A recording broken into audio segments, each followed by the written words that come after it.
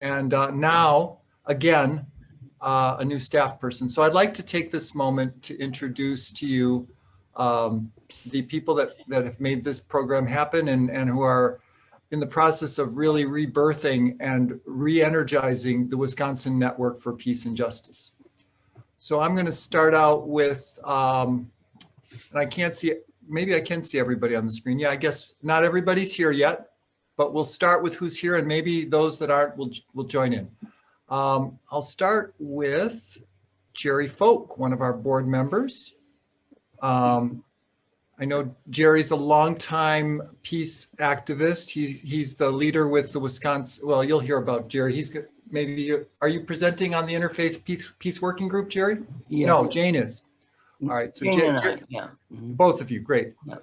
Also on the board, we have Deborah Gillespie.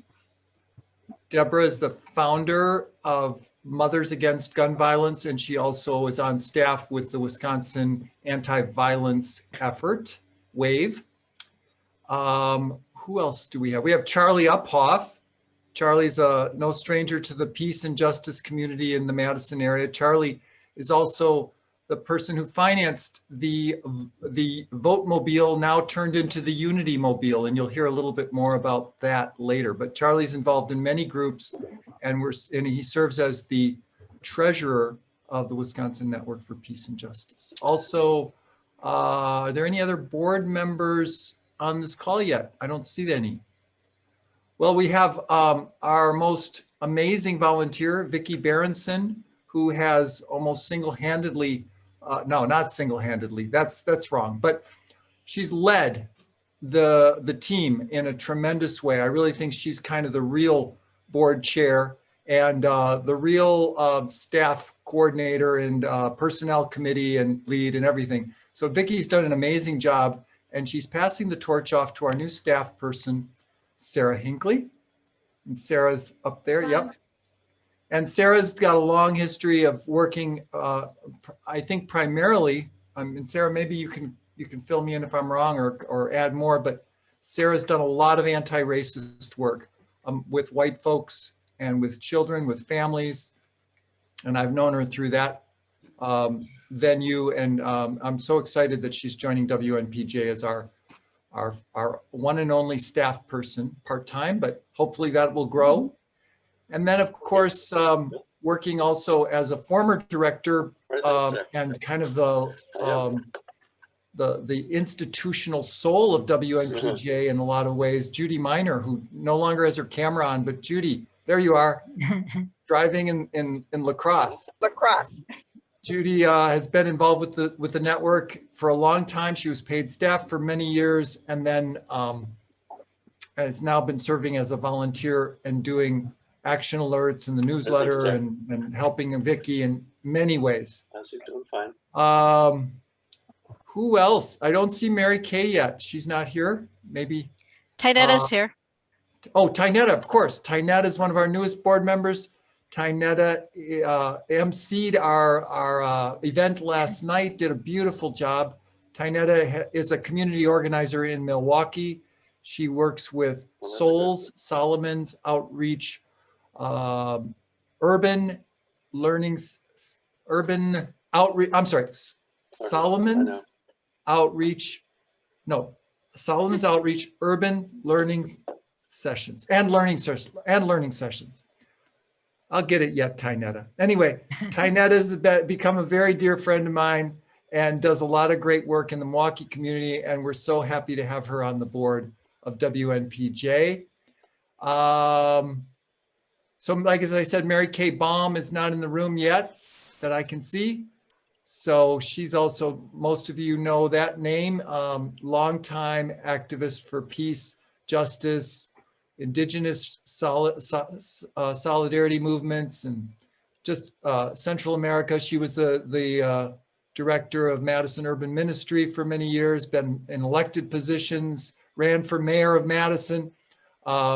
Mary Kay's a wonderful addition to our board. And who else? John Peck, Family Farm Defenders Executive Director, is not in the room yet, but John Peck is also on our board. Have I missed anyone? I don't think so. I think All right. do you want me to take it from turn here? Back to you. Thank you, Vicki. All right, great. So it's really great to see everybody here. What we're planning to do is have until 2:30. Hopefully by 2:30 we'll be finished with each of you member organization people sharing something about your work. And I know I've asked you to keep it really brief, and you can definitely post things in the chat, whether it's links to more information, or you can even share files, just because, you know, people will want to know more. There will be opportunities to do more sharing in the future. There are people who couldn't make it today, but today what we really want to do is let people know what we're all doing, and then we'll be moving towards some small group discussion and report back that we hope will help inform the network moving forward. And Sarah will be taking notes because she's going to be doing a lot of the coordinating. Anyway, so I'm just going to start here with who we have. Bonnie, why don't you start? Bonnie Margulis from Wisconsin Faith Voices for Justice. Tell us what's been going on. Great, thanks, Vicki. So full disclosure, Vicki is also on my board. Yeah. I'm Rabbi Bonnie Margulis. I'm the Executive Director of Wisconsin Faith Voices for Justice. We are based in Madison, but we're a statewide interfaith education and advocacy organization. We have a wide social and economic justice agenda. We have tons of things going on. I'm going to name just a few of them, and I'm sorry I don't have things to links yet for some of these things to put in the chat, but I will put in the chat our website and Facebook page, so you can follow us on Facebook and on Twitter. We now have an Instagram account, so you can find out what's going on by following us on any of that social media or on our website. We have received a grant from the Department of Health Services jointly with Worker Justice Wisconsin to work on promoting trust in the COVID-19 vaccine among marginalized communities, particularly targeting the African American and Latinx communities to build trust, to disseminate accurate medical information, and to help overcome barriers to people getting vaccinated.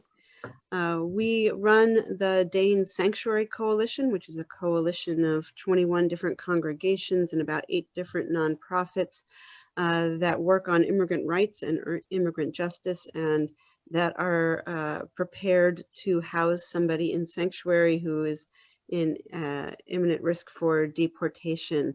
And the Dane Sanctuary Coalition this coming fall is going to be sponsoring a big read. We're going to be reading Separated: Inside an American Tragedy about family separation at the border and the implications moving forward. And we're also, for the first time, hosting a big view. So we're going to be watching the documentary Living Undocumented, which follows 6 different immigrant families who are at risk for being deported, and some of whom who actually have been deported, and following their stories. We jointly run with the Wisconsin Council of Churches, the Wisconsin Interfaith Voter Engagement Campaign. We've been doing that campaign for over 1.5 years now. It was originally geared toward getting out the vote for November of 2020, but we are continuing to work for the foreseeable unending future, currently focusing on the Wisconsin state budget and voter rights that are in the budget, working against the voter suppression bills that are currently before our legislature. We are working on promoting fair maps and ending partisan gerrymandering, and we're working on jail voting and voting after incarceration. We have a new project that we are launching on May 19th, again in partnership with the Wisconsin Council of Churches. We are showing a documentary called Purple. It is from an organization called Resetting the Table. We're going to be partnering with them. It is a documentary about conversations that Resetting the Table trains people in how to hold.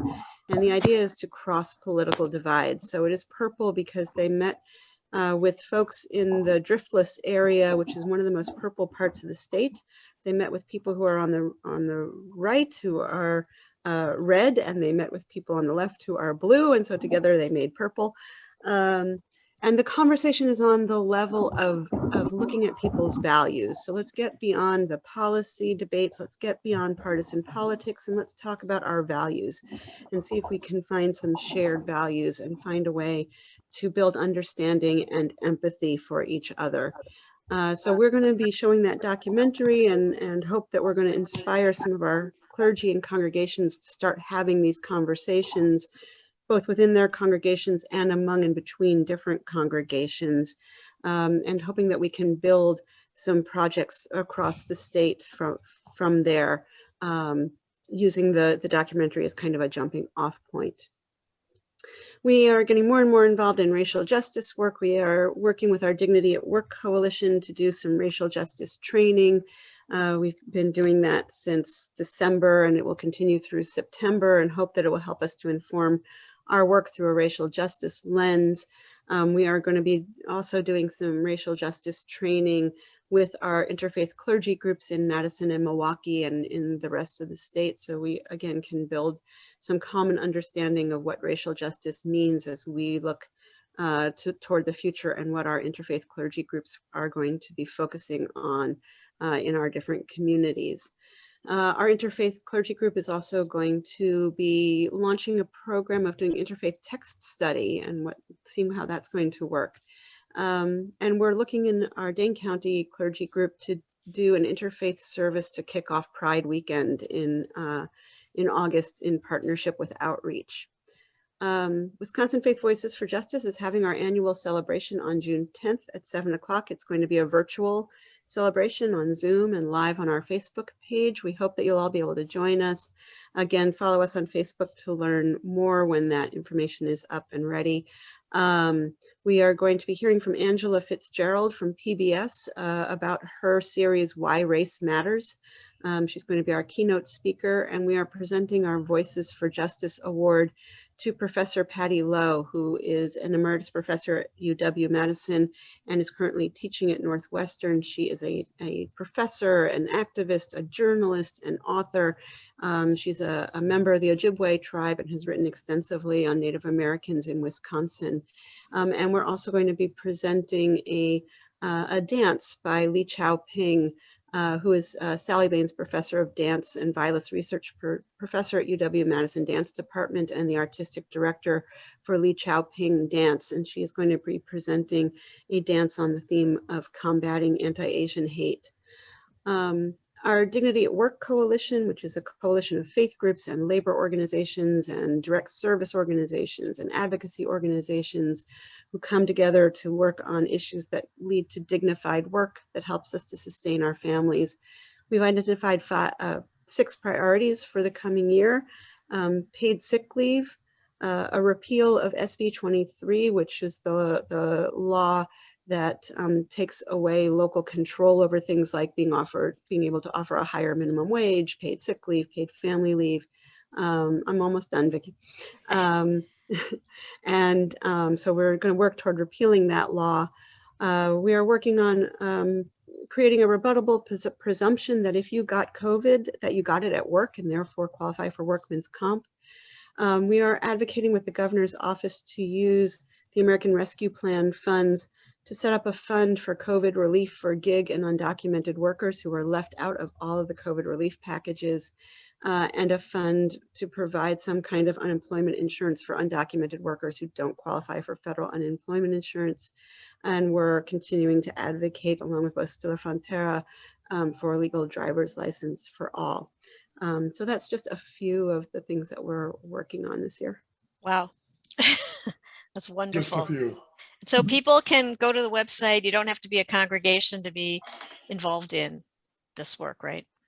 Okay, go to your website, join, sign up for the mailing list, join in the efforts. That's wonderful. Thanks, Bonnie.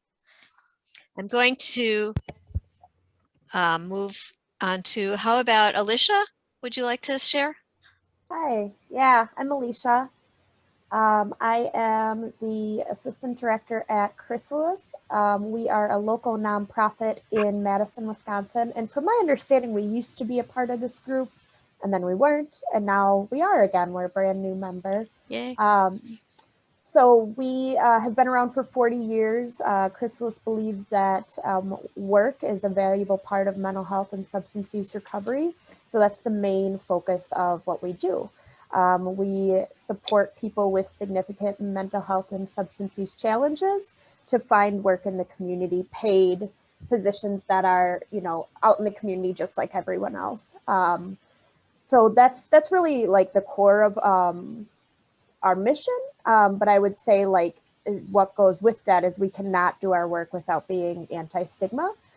So we really work on pushing back on stigma around mental health and substance use challenges. Over half of our staff are people with lived experience with mental health and substance use challenges, including myself. I am a person with lived experience with mental health and substance use challenges.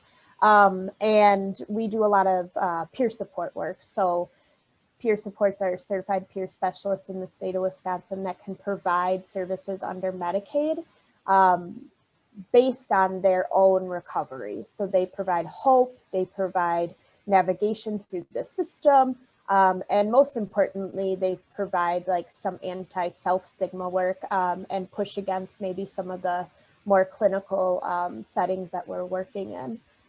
So that's really a huge part of our work, and we're continuing to expand on how that is. We use our social media.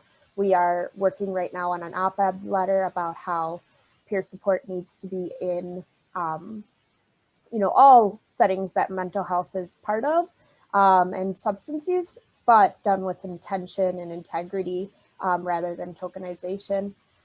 So we're working on that. We do a lot of advocacy around work being a part of recovery, not in a way that's necessarily like parental, where it's like people should be part of their, you know, should be active members of our community, but more in the sense of like, what can work do for your recovery? Like me as a person, you know, going to work helps me have structure, helps me get out of a funk if I'm starting to experience depression, has me have accountability, has me build a community that's safe, that I can go to. So that's really what we focus on. And, you know, I'm really excited to be here. Peace is like my thing. But I really believe in like inner peace, you know, radiating out to outer peace. So I think it's extremely important for us to work on our inner peace to be able to have, you know, environmental peace. So yeah, I just will do a quick plug that we're doing our annual Moving for Mental Health event on Sunday, May 3rd. We have virtual options and in-person options. Again, we're in Madison, Wisconsin. So if you want to take a trip there, otherwise we have virtual options and I'll put it in the chat, but I'm really excited to be here. Thanks. Thanks, Alicia. I can see it's really going to be hard to keep people to 2 minutes because everybody's doing such good work, but I think we'll just keep on and see how it goes. Would you like me to give a 2-minute warning? If it's subtle, I think that would be nice. Okay. Okay. Linda Bauman, you're here, right? I'm here. There you are. There you are. I'm going to be 2 minutes. It won't be a problem. I am the president of the United Nations Assembly of Dane County and relatively new in my position.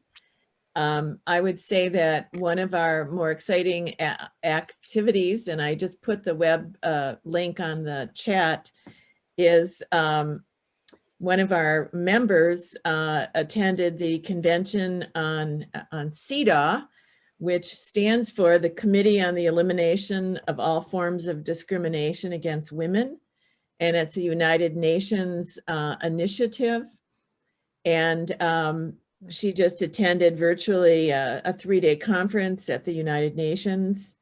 And what we're going to do with this information is, and Mary Rathbun, by the way, is taking the leadership on this, our former president, is to try to develop and present a city ordinance to the Madison City Council to apply CEDAW principals in looking at hiring for any positions in the city.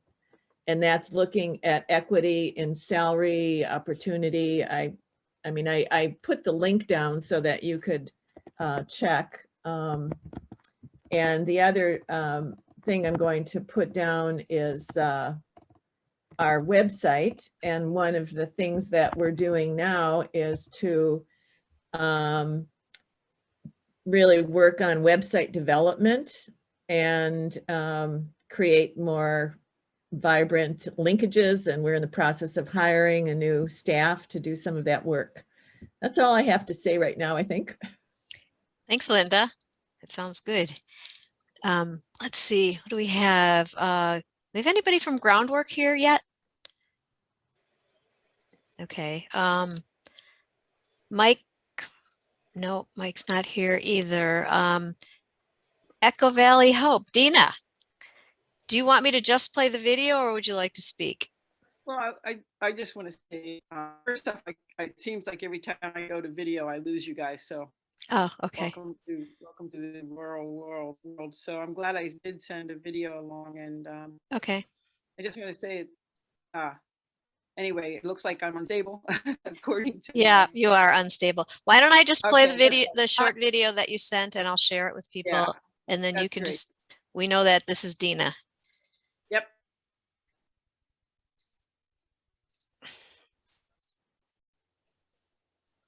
Whoop.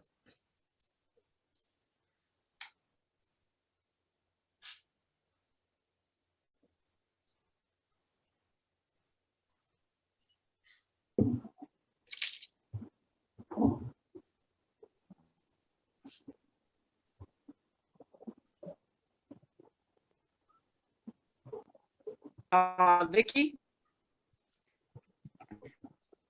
Yeah. Oh, there's no sound. I'm sorry. That's not it. For some reason, it's the wrong video. So let's just forget about it for now, and I'll send it along another time. Okay. We'll have other opportunities to share then. Yeah. Okay. Let's see. Well, Jane, why don't you talk about the Interfaith Peace Working Group? You're muted. Jane. You're muted. You're muted, Jane. Yeah, Sorry. Vicki, I'm going to start that report. Oh, okay. Jerry's going to start. Okay. The Interfaith Peace Working Group is a fairly new group, and we have two purposes. The first is to promote the understanding and practice of nonviolence, particularly in conflict situations around issues of peace and justice. And the second is to confront or to oppose the increasing militarism of our society that it shows itself in so many ways, from local police departments to international relations. And we hope that we can confront that. It's a really David Goliath issue. This is an enormous power, as you know, and it seems to be rather remote to some people, but we think it's so basic because we focus our attention specifically on the military budget, and we think it's so basic an issue because we spend 55% of all our funds on Pentagon-related issues. And we think that we'll never make any progress on any of the issues that we care about in our groups, as long as we spend over half of our money to fund military projects. So we confront those two issues. It's hard to get your hands on because they're so big, but we have two projects that we're working on right now. The first is what we call an interfaith evensong for peace. And this will be an hour-long service addressed primarily to the faith community, which we hope will create or nurture a spirituality of peace and help faith communities to see more clearly the connection between what they espouse and peacemaking. And we hope it will also challenge these communities to engage more directly in peace action.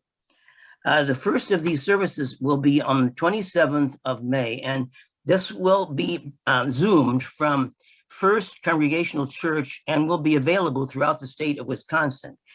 So anyone who is interested in participating in that kind of reflective focus on peace would be available to them. And the second project, Jane has been working on, and she has a few words that she'll say about it.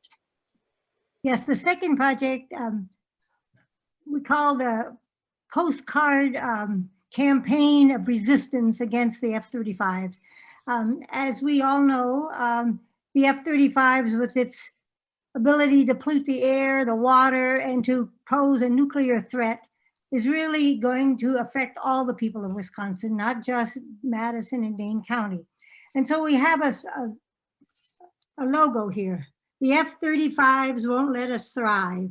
And we were hoping that Tammy Baldwin, who has been the main proponent of bringing the F-35s to Wisconsin and is in a key position to stop this project, will get hundreds and hundreds of postcards from people around the state. So she realizes this is not just a Madison, Dane County issue. Everyone is concerned. And we ask you to go to our website, and it's in the chat, Interfaith Peace Working Group.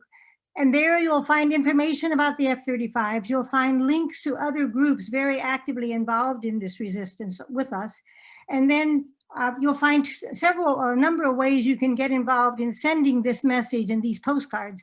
One is through social media, and all of the options are there.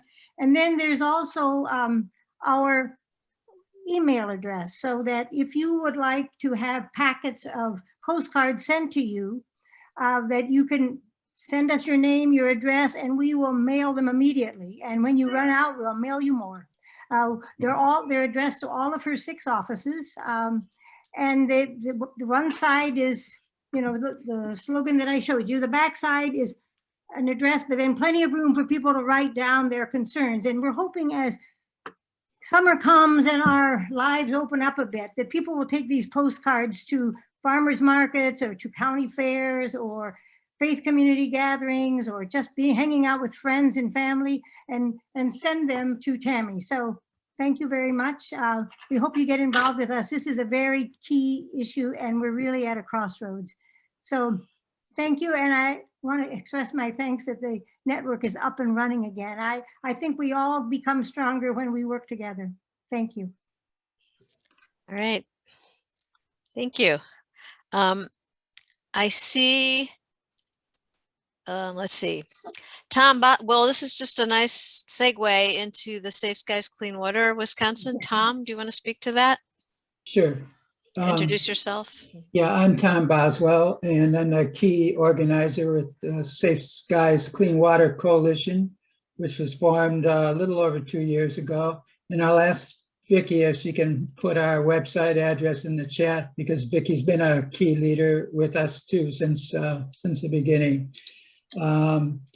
We're a coalition that was formed for 2 reasons. First is to stop the planned basing of the F-35 fighter jets in Madison at Truax Field. And as Jane's already mentioned, the jets are not only nuclear capable, but were designed to be part of our nuclear fighting force. And of course, if they're stationed in Madison, Madison and the surrounding area will become a target in the event of any nuclear hostilities. Another goal is to force the Air National Guard and the city and county in Madison that have all been named as responsible parties by the DNR in polluting pretty much our entire watershed, or at least a good part of the Madison watershed, with PFAS toxic chemicals. As many of you may know, Madison, as well as pretty much every military base in the country, has been contaminated with these chemicals since about the 1970s at least. and the people just came in. They came to people's attention just in the last few years. But the chemicals are used not just to put out fires of jets, but to do training, and that's how Truax Field and the surrounding community became contaminated. So our drinking water, our groundwater, creeks and lakes now, including the whole Yahara chain of lakes in Madison, has been polluted with PFAS. We have about 60 or more organizations that are part of our coalition. These include neighborhood groups, peace groups, the city council, the school board of Madison. Lately, the Interfaith Peace Working Group that you just heard about has been one of the key organizations, along with a neighborhood group called the Eakin Park Resistance.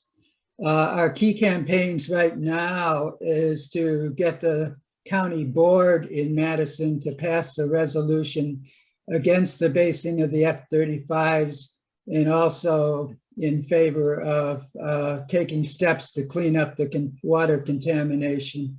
We also have the postcard campaign to Tammy Baldwin that Jane has mentioned. And Tammy is basically the main proponent, along with the Chamber of Commerce in Madison, in getting the basing of the F-35s here. And she is the one person who can really stop that from happening.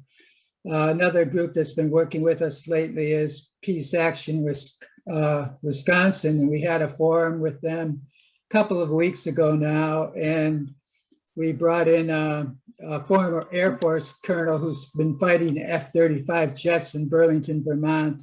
And she basically said very bluntly, the US senator are the only people who can really get the military to do something. So that's why we're putting our attention right now on Tammy Baldwin. The other thing we're trying to do is just kind of on a wider basis, just to get all of our local official allies, of which we have many on the county board, the city hall, and in the state legislature to work together and kind of develop with us a coordinated strategy to oppose the jets and to clean up our water. And one of the ideas we have there is to have an alternative mission for our base in Madison. Since about the 1950s, it's always had a mission of hosting fighter jets and doing training of pilots for fighter jets. And we think this is inappropriate in a neighborhood that's basically very high density and very low income. Mainly a lot of Blacks, Hispanics, and Hmong and working class whites compose the population around the base. And we think this is an issue of environmental racism. So we really want to see a different mission for the base. So thanks a lot. Thanks, Tom. Let's see. Who do we have next? Steve Watrous, you're here, right?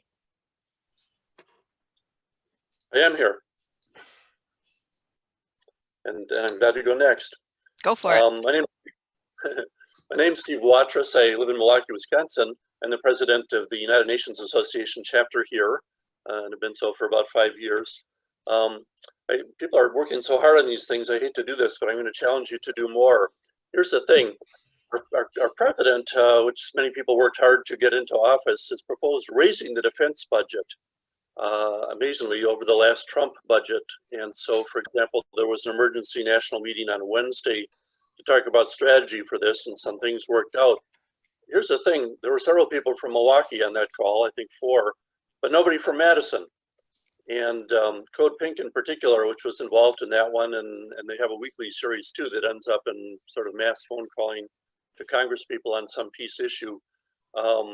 It'd be great to get somebody from Madison onto those calls. They're just so informative, they're helpful, they maybe make a difference. And so if you're interested in that sort of stuff, well, look up Code Pink. They have these things every Tuesday. or get in touch with me. I'll put my email in the chat.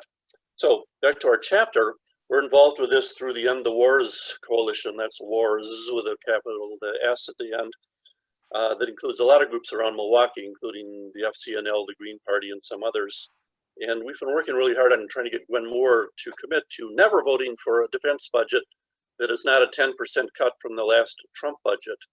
So given Biden's recent move, it's going to be harder than ever. She doesn't want to be hanging out there, which means that we have to get other people around the state and the country to also commit to that 10% cut or voting down the whole budget. And so we'll want to work with Mark Pocan on that and his new coalition. But we do some lobbying with these congressional people, not really lobbying since we're nonprofit, but you know how it goes to try and convince them to do some right thing. Our strong suit in Milwaukee is doing these monthly forums. And so, for example, we did a really nice one for International Women's Day. On February, we had one on hunger with a speaker from the Hunger Task Force and also from a national speaker. We had Sheldon Lubar come and speak, who's a prominent businessman, Republican, philanthropist, has his names on many buildings in Milwaukee, maybe in Madison. He's a Republican, but turns out he's really for peace and for the UN and did a great talk with us. So we do those monthly. Our upcoming one will be on Indigenous rights, and I'll put that information over in the chat. We also have worked on some less known peace issues such as Cameroon, where we have some members who are expatriates. There's a sort of civil war or maybe genocide going on in Cameroon in Africa, and we spent some effort on that. Lastly, we do some work in the schools, some where people work with the Model UN at one of the high schools, and we have a program, really a national pioneering program called United Nations Schools of International Learning that's in about 14 MPS schools at various grade levels, getting the students there familiar with the UN and looking into global issues in general. Thanks. Thanks, Steve. And you know what, if you could get that Code Pink call, if you could have some kind of an announcement that you can put send to info@WNPJ.org.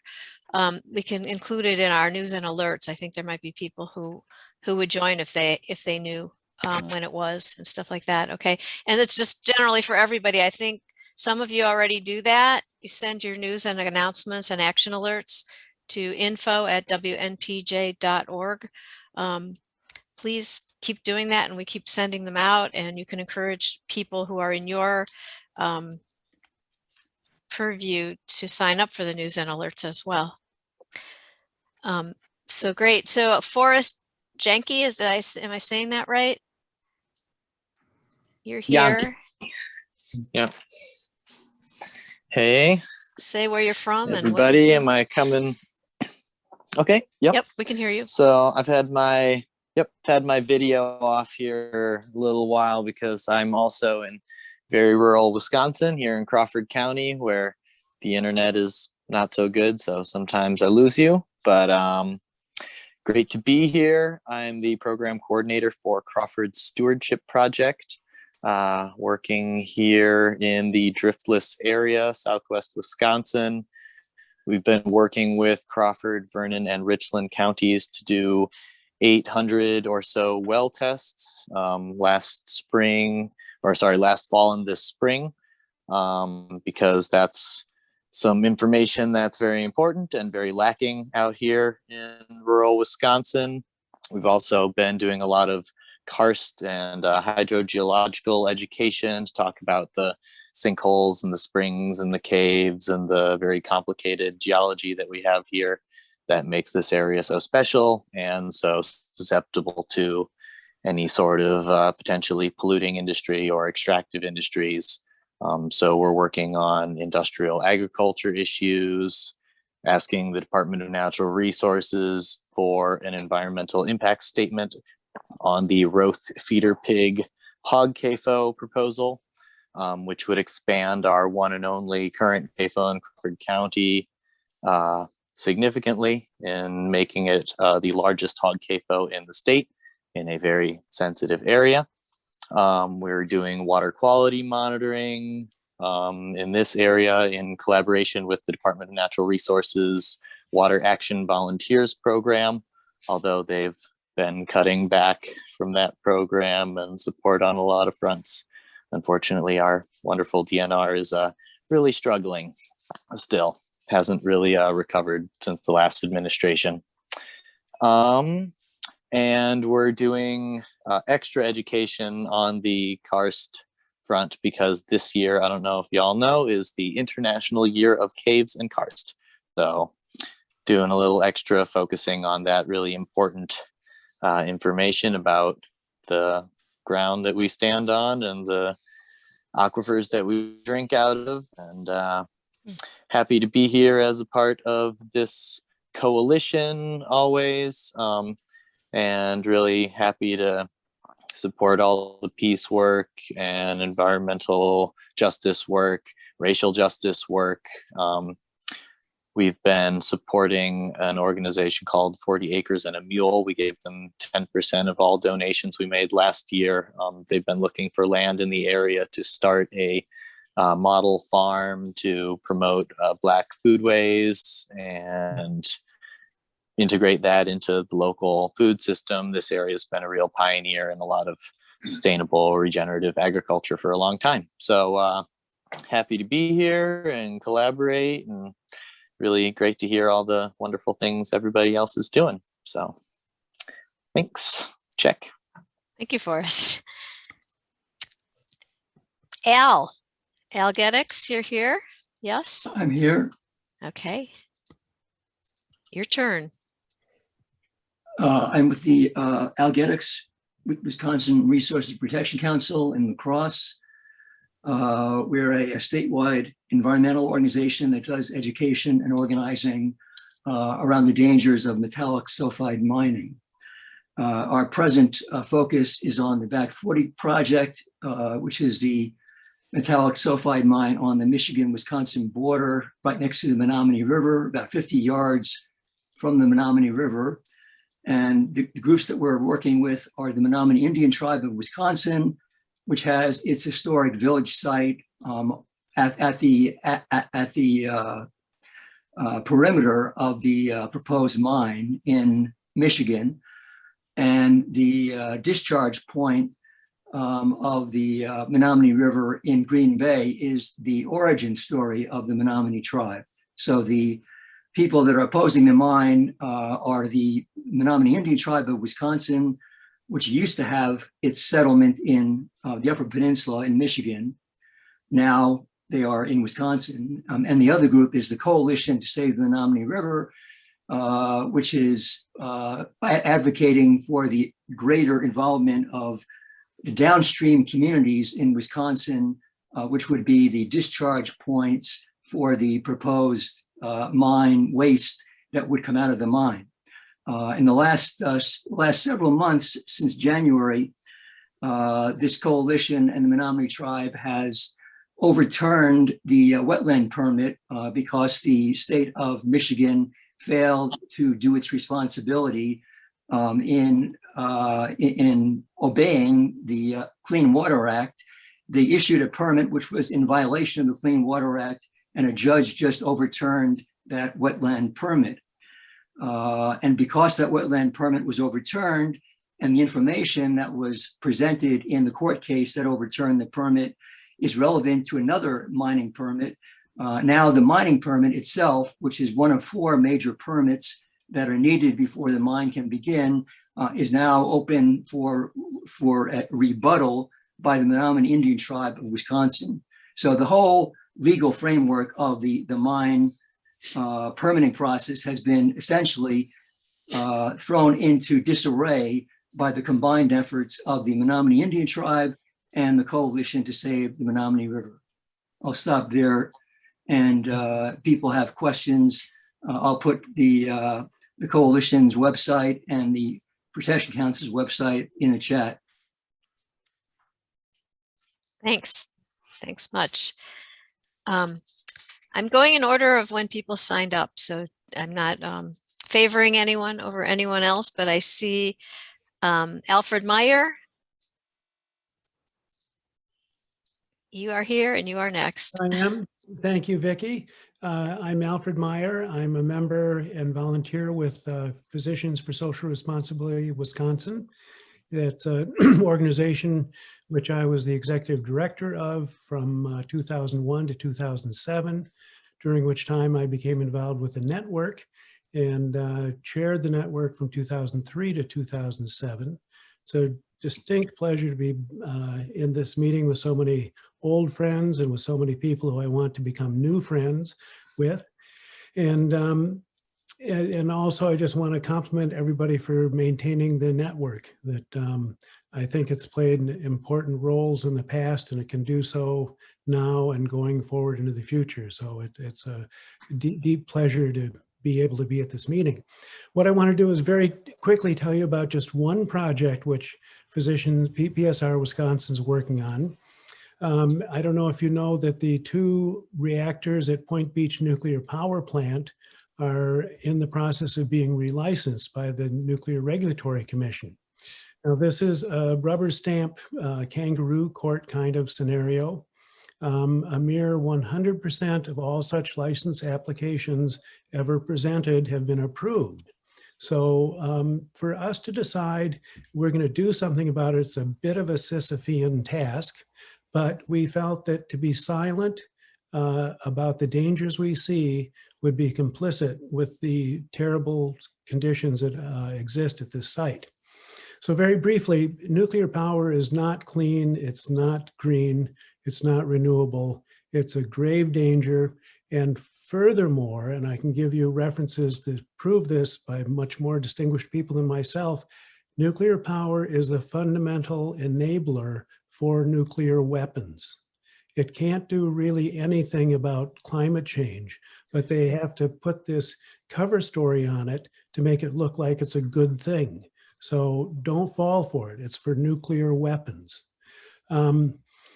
So the facility at Point Beach was built just before the Nuclear Environmental Protection, the National Environmental Protection Act, NEPA, was passed by Richard Nixon.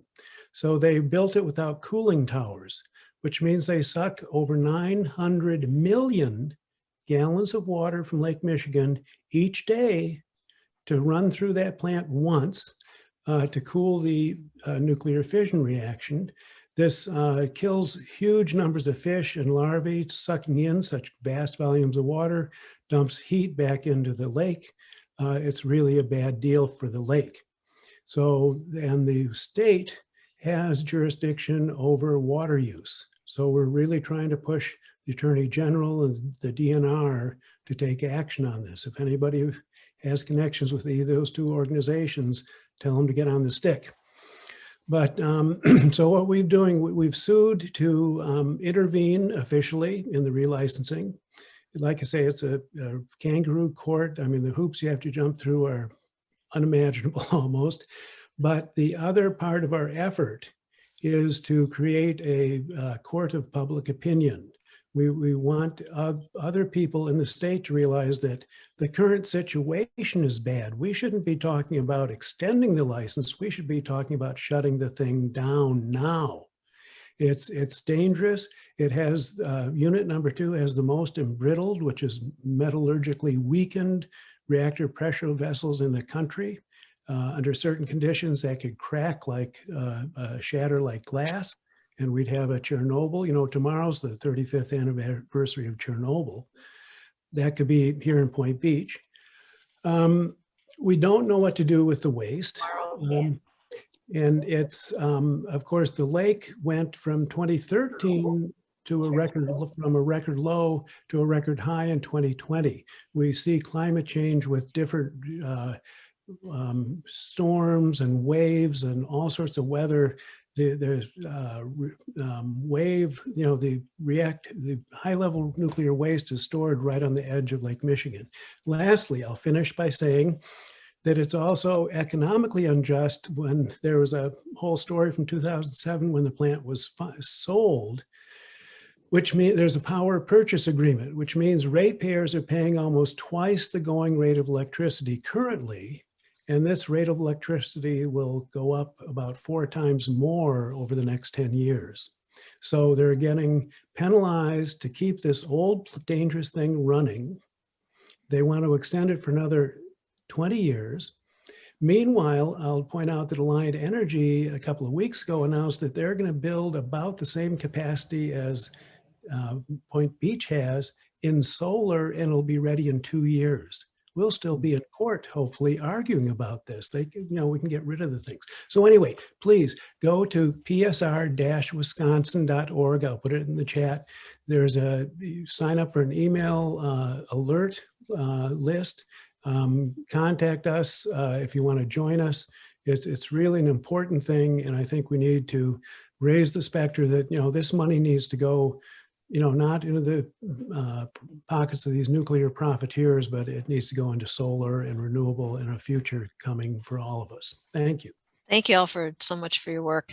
Tim, you think you can do 2 minutes on building unity? Unmute yourself though. Please. That'll help. So Building Unity isn't a group, unlike all of these great groups we've been hearing from. We are a project. WNPJ is one of the groups that supports this project. And our goal is to, much like WNPJ, to support the movements for peace, justice, sustainability, and democracy. We see these 4 things as central, and that if we can work together as one united people's movement for people, peace, and the planet, we have our best chance of making some progress. We focused last year primarily on getting out the vote. We saw that presidential election as well as other elections to be very key to people, peace, and planet. And since then, we've been working on the Wisconsin budget. This year, we've been focusing on trying to raise awareness to the budget project and how the budget that will pass hopefully in the next month or so is all the money we're going to get for justice issues in the next 2 years. I want to just say that many groups are joining us on the Just Budget Tour, the Just Budget Unity Tour, which will take off on the weekend of Mother's Day, Friday the 7th. We're leaving from Middleton, the district of John Erpenbach, and we're going to be taking the Unity Mobile to 16, well, actually, it'll go to 11 districts of the Joint Finance Committee. The other 5 districts that are more northern will be also having their own events. And if you want to find out more about this, I'll put the Building Unity project email or website in the chat. Thank you. Thank you, Tim. Deborah, I have you down to talk about gun violence measures in the state budget. Deborah, are you here? Did we lose you? Oh yeah, there you are. Unmute.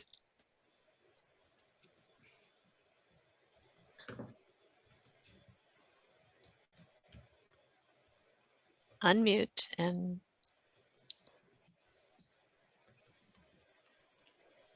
you did. I know you know how to do it. Oh, Vicki, also, yeah, go ahead. Camille, I guess, needs to be let in. Oh, well, there's no There's no waiting room? No. She must be, I'll talk to her. She must be in a different Zoom, trying to get into a different okay. Zoom meeting. Okay, Deborah, why don't we skip and we'll get back to you. Okay, great. Joy, Wisconsin Coalition to Ground the Drones. Yes, hi. Well, in 2010, we found out that they were going to be building an $8 million drone training facility at Volk Field, which is a Wisconsin Air Force military base about an hour and a half north of Madison. And we tried to get involved in the budget process and see if we could do something to stop it. And they voted to go ahead with it. And so, except for the last year with the pandemic, a group of us have been going to Volk Field once a month on the 4th Tuesday of the month to vigil against drones. So they've got the facility built and they're training pilots now to operate drones, which the ones that they have at Volk Field is a shadow drone, and it doesn't carry a weapon as far as we know, but they use it for reconnaissance, surveillance and target acquisition. And so every month when we're in front of the gates at Volk Field, about 200 cars will drive by as they're leaving work at 4:30 or 4 o'clock and see our signs. What we do is nonviolent and it's legal. We generally stand on public property just right outside the gates of Volk Field. But several times we've walked onto the base and to try to talk to them about our concerns, and we've been arrested and gone to trial. We're going to be restarting the vigils again this Tuesday in 2 days from now from 3:30 to 4:30 is when we'll be vigiling at Volk Field. And we're not alone in doing this here in Wisconsin. All across the country, there's about 10 different states where they have these vigils against the drones. The drone warfare was started under the Bush administration. It got a lot worse under Obama, and it got even worse under Trump. And now they're saying that Biden is going to be continuing the drone wars. He's taking troops out of Afghanistan, but he's going to use drones to try to keep US control over that area and other areas around the world. Generally in the Middle East and Northern Africa is where we have been conducting this drone warfare. And so it's really critical that we keep this up as Biden plans to continue the drone warfare. Drones are immoral. They kill many innocent women, children, innocent men. They say, studies have said that only 2% of the people who are killed by drones are the targeted so-called terrorists. Drone warfare has been deemed illegal by many international legal experts, and it's very ineffective because as we continue to go to the Middle East and Northern Africa and kill innocent people, we create many enemies who want to come back and have revenge against the US for taking away their loved ones. There's a new campaign just being launched for an international treaty to ban killer drones. And I can put that website in the chat. And this is being led by a number of well-known activists internationally who want to have this treaty. We've got to stop the drones. It's they're hurting us, and then the amount of money we spend on them when we could be spending it in other ways, as others have made reference to, spending so much money for military things instead of things that we really need is just horrible. So I hope that some of you will consider joining us. We're a small group. We've got about 7 to 10 people that regularly go there, and it would be great to get more. So thanks. And yeah, that's it. Thanks, Joy. And I hope you send those announcements about the vigil to the info at WNPJ.org so we can get them out on our news and alerts. Okay. Sure. Thanks. Deborah, are you ready or? Yes, I'm ready. Okay. And Joy, make sure you put your email or the website in the chat so I can jot that down. Okay. I'm just so overwhelmed and honored to be among all of these activists and organizations that are making a difference in our community. I think I shared earlier with Vicki that many people would look at this and say, oh, how overwhelming. But for me, it is so encouraging to see such fabulous people who are fighting for change in our community statewide. I just want to say thank you, all of you. I'm honored to be here. My name is Deborah Gillespie. I'm the founder of Mothers Against Gun Violence, and I founded it after my only son was murdered in 2003. So I've been active in the community now for a long time. But I am so pleased to share with everyone, Governor Evers included gun violence life-saving measures in the budget. for 2021-2023. And they are the following: funding a violent interruption grant program, requiring criminal background checks for all firearm sales, and devising an extreme risk protection injunction procedure. So I am very excited about that. And I hope that you will support that. And for your issues, for your causes that you're pushing for, and for mine, the best way for us to do that is to get involved and to become active. I hope to run into many of you during our ongoing bus unity tour stops, and to make sure that you vote and reach out to your legislators and ask them to support these measures, life-saving measures that Governor Evers has placed in the proposed budget. And also make sure that you either text, call, or email your elected officials, as well as the members of the Joint Finance Committee. That's it. Thank you. Great, thanks, Deborah. And I have,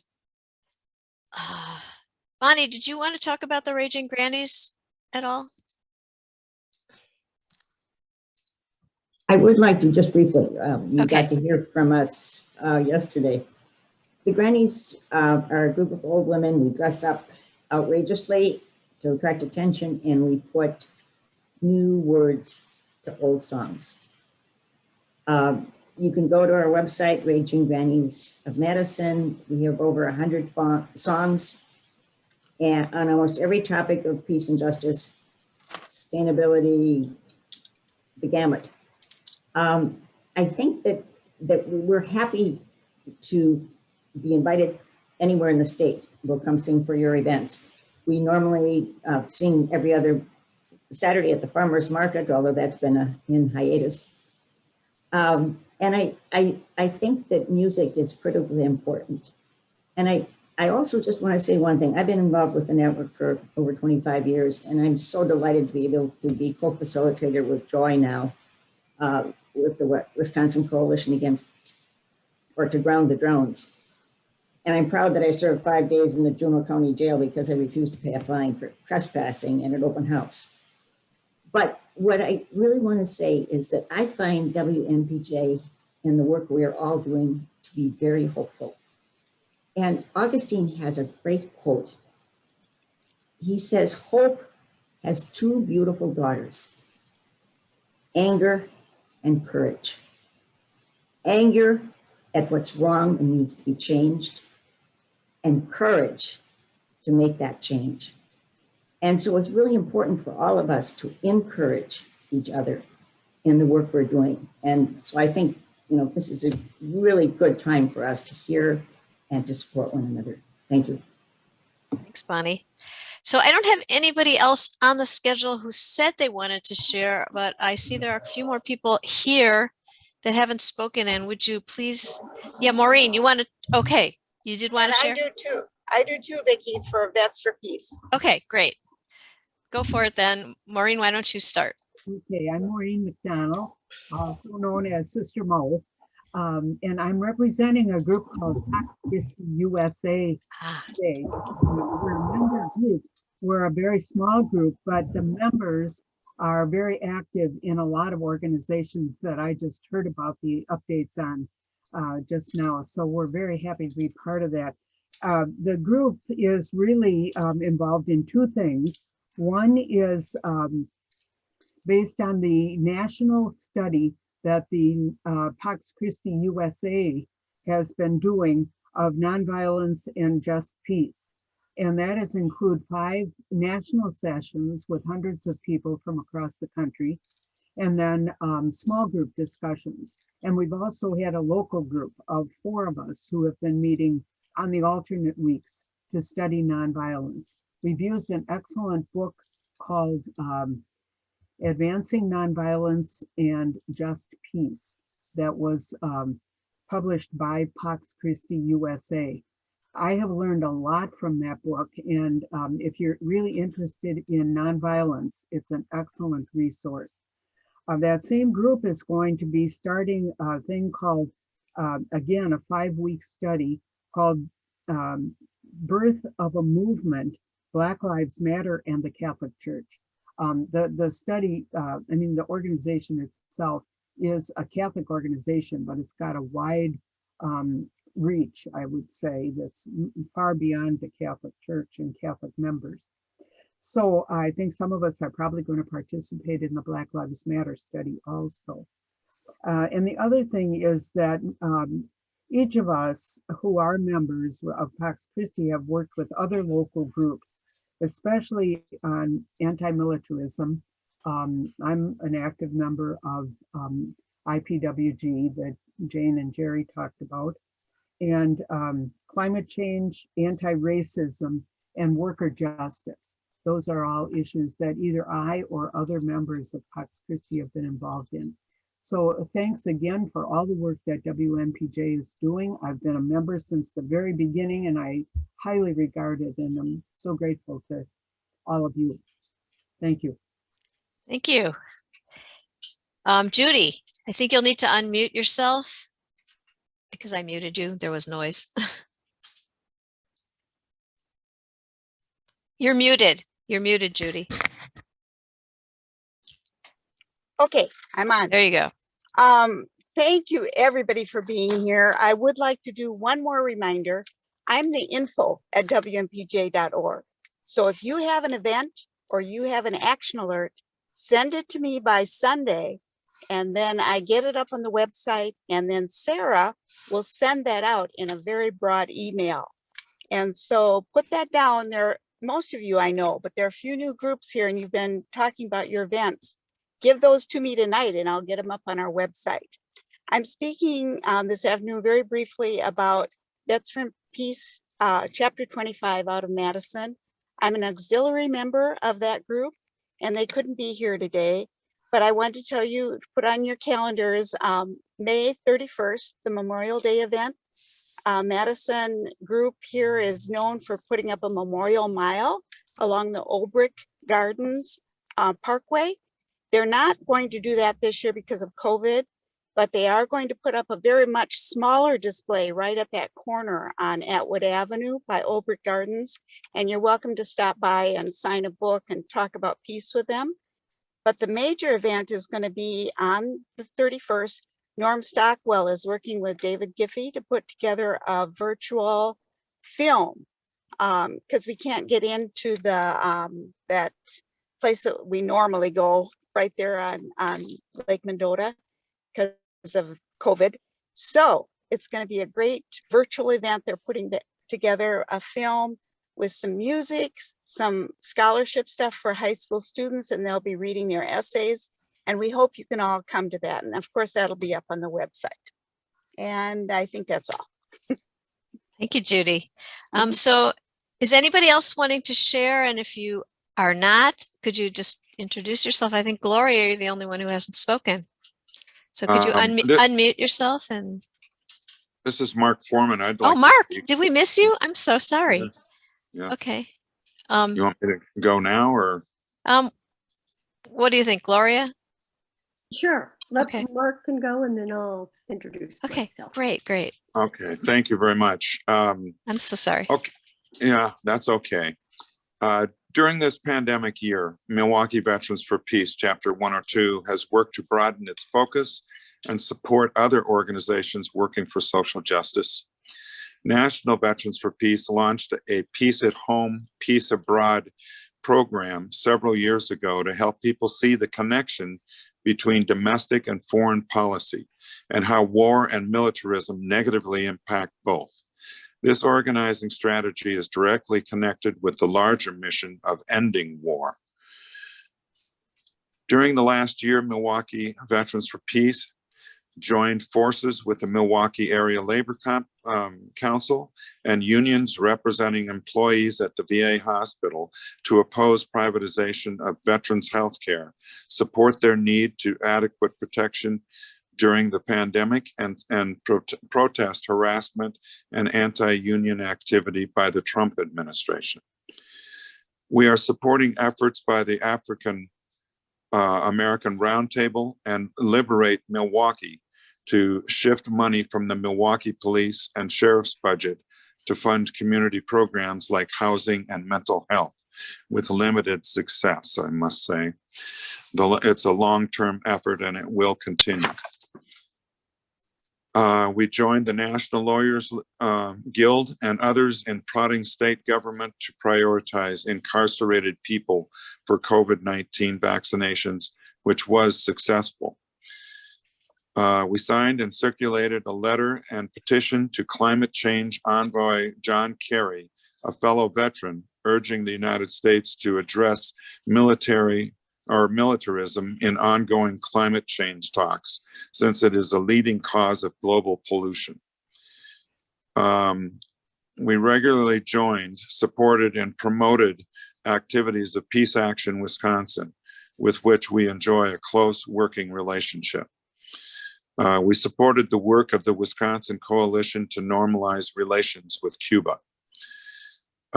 We sponsored its 14th annual Armistice Day event virtually for the first time, with more than a dozen peace and justice groups, including Wisconsin Network for Peace and Justice, as co-sponsors, and more than 200 people participated. David Swanson of World Beyond War and Fred Royal of the Milwaukee NAACP were featured speakers. The chapter's priorities for the coming year are to continue coalition building, opposing privatization of the VA care, and increase the diversity of its membership. Thank you. Thank you so much.